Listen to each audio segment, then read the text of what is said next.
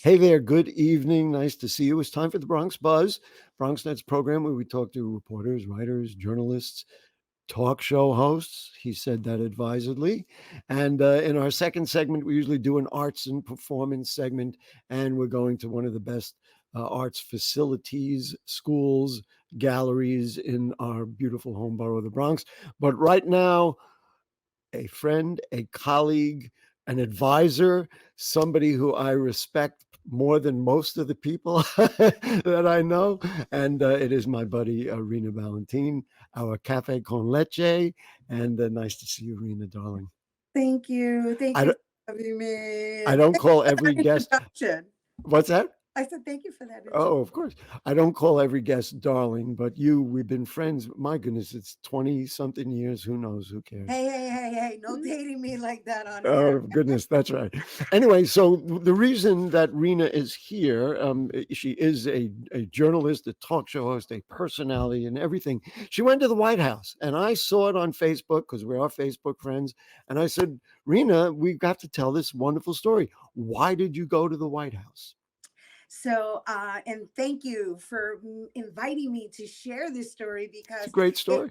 it is. I mean, even for me, I'm still in awe over the adventure because for me, that's what it was because it was a 1 day trip. It was like get there, attend the event, and then have to come back because I had open the following day. It was on Thursday, February Hmm. 27th of 2024, and it was the inaugural celebration of Afro-Latinidad in the White House. Wow. And did that invitation come from the president or his staff or the vice president or like it's just part of their programs? I mean, how did that happen? So I received an email from the actual White House. Wow. I received an Dear Rena. with the White House logo on it. Yeah. Okay. And when I looked at this email, I said, "Is this correct? Is this for real?" Right? Yeah, right.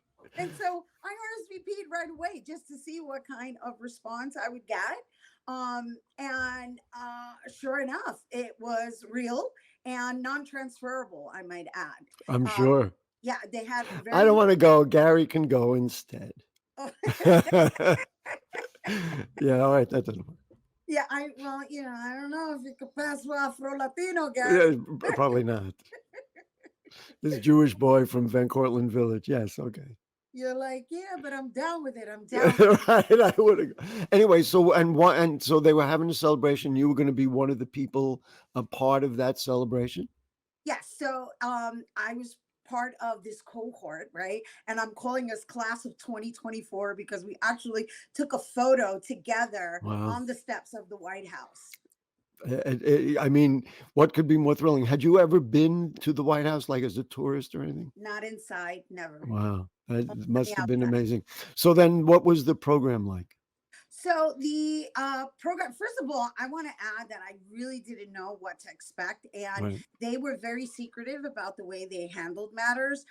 We did I'm not sure. receive information until the day before, which was like really teeth grinding because I was like, "Oh my gosh, Yeah, what do I have to be I don't know what prepared I'm for? doing." Yeah. Now, did you travel alone, or did you travel with others who were coming Oh, I from New I York? traveled alone, and I was really like frustrated because it took place on a Thursday, as I mentioned, and I would have loved to have spent the night uh, Right. to make life easy for me. But I Make am a make make mama. a day of it. Make a weekend of it. Yeah. I even proposed to my daughter if she'd be interested in coming with me because she was on midwinter recess as well. Ah, right. At that part of February. Yeah. She wasn't interested because she's not happy with our current climate. Uh,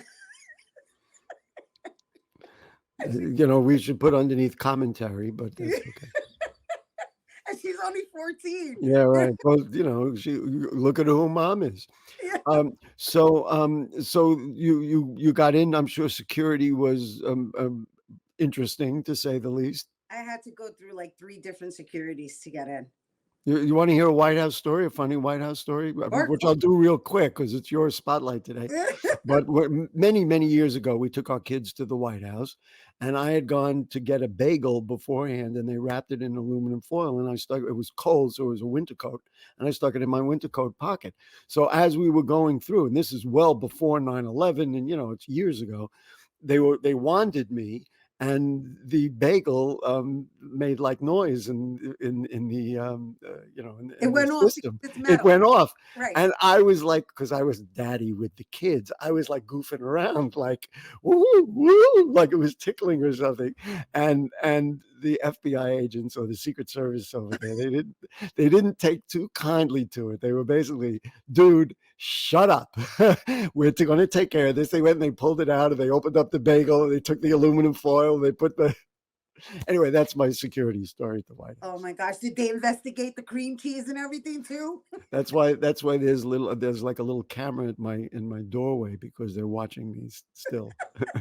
Anyway, so you got through security. 3 different people took care of you. Not 3 different people, 3 different like sections that Stations. I Wow. had to go through, like, I want to say the general entry, Right. and then the private entry, and then the actual building entry, and passes Right. were And distributed. and so let's get into the White House. It was gorgeous. It was amazing. It was breathtaking. I'm giving all the words that you're thinking. I know. It was surreal for me. I was like, okay, so because of the timely manner in which everything was occurring, right? The actual event itself took place. The arrival was from 3:30 to 4. The event itself took place at 4, and it ended by like 6 o'clock, right? And Right. so it was almost like a quick.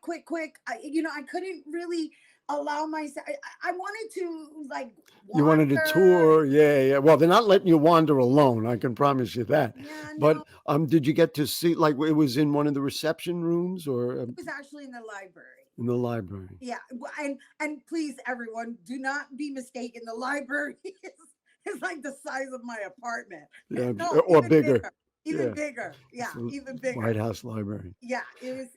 And who spoke and there were people. I mean, it was inspirational. I mean, I'd like to think that the event itself It was was was pretty really good. well curated. It was well curated. I want to say the head person, her name was Sol Ortega. Well, at least that's the person who I was corresponding with. Right.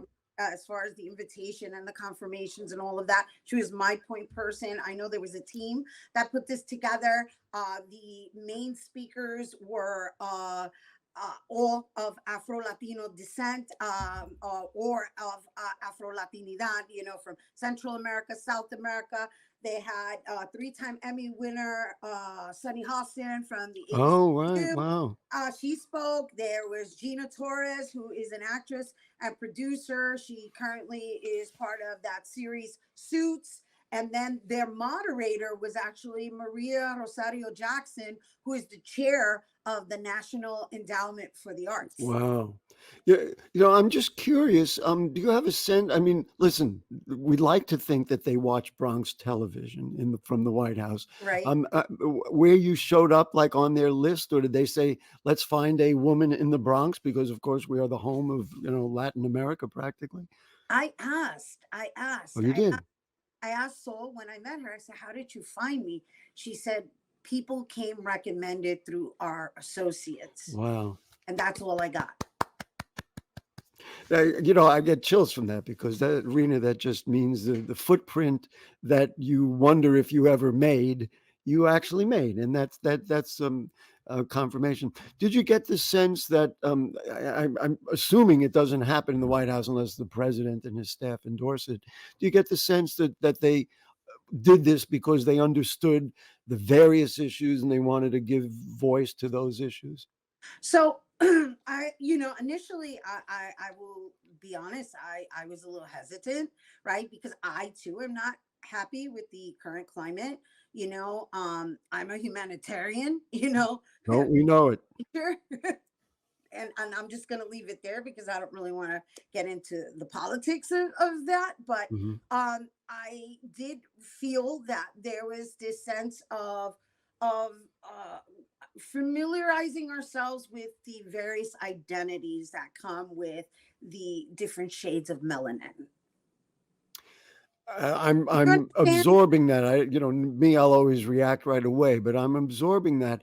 So your sense is that they just want that the White House, and of course that goes all the way up to the president, wanted to represent this segment for the right reasons. You felt like the speeches were on point, and all because I know you. If you didn't like them, we'd know 'em. You'd be telling us about Right. I would be making other commentary. it.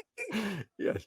But I really appreciated the way it was curated, the speakers, what they spoke of, Mhm. and even the entertainment, because we got to dance, we got to Oh, you really, did? Oh, wow. yeah. And who was it, recorded music, or they had somebody No, we playing? had a live musician. His name is Wow. Mauro Castillo. He's a composer. He's actually the composer for the hit song "We Don't Talk About Bruno."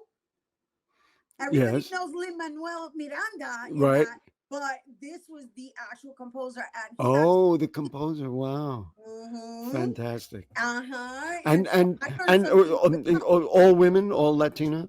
Oh, No, so we have Mauro is a gentleman, and right. Simafunk is an Afro-Cuban rock star, and then the other speaker was Paige Hurd. Now, Mauro Castillo performed with his band, and he had Yeah. a full band, and he even provided this taste of folklore fused with salsa. And perhaps we'll be able to show it because I was able to capture a video of this instrument. It kind of reminds me of vibes, but it's wood, so I don't know the name of it, but We'll uh, get Bobby Sanabria. We'll show him a picture of it, and he'll tell you what it is. I exactly. mean, what can I tell you? Listen, well, you know that we're subject to the clock here, and we were joking with our producer Anderson before. You and I could sit here for 4 hours, but just summarize in terms of the rest of your life. Maybe you'll get invited back. I mean, we're going to keep working hard. But what's the impact that had and has? Is there a lasting impact of something like this, not only culturally and who you identify with, but also that you went through this kind of very cool thing? I think it's pretty cool.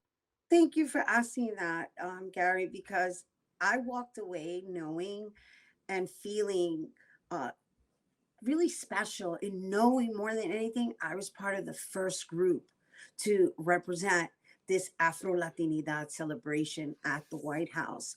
And the conversations that were conducted were geared towards the our differences and our similarities for that matter. But that it really came from this place of unifying. And Wow. that was really, really special. And I was so proud. That's great. So now, Rena, just beautiful. I'm so glad that I don't know what you're going to say about it on open, whether you will or you won't, but we gave you the opportunity to do it on our home station in our home borough, which we are both and all of us quite dedicated to. Thank you, darling. Thank you. Be well. And the next time you go to the White House, say, I have a friend named Gary. He wants to come too. But we'll see you around town, darling. Be well. Thank you. Thank you. Thank you once again for having me, Gary. Okay, always. All right, we're going to gather ourselves back together after there's somewhat emotional visit with our friend, and we'll go to the Bronx River Arts Center right after this.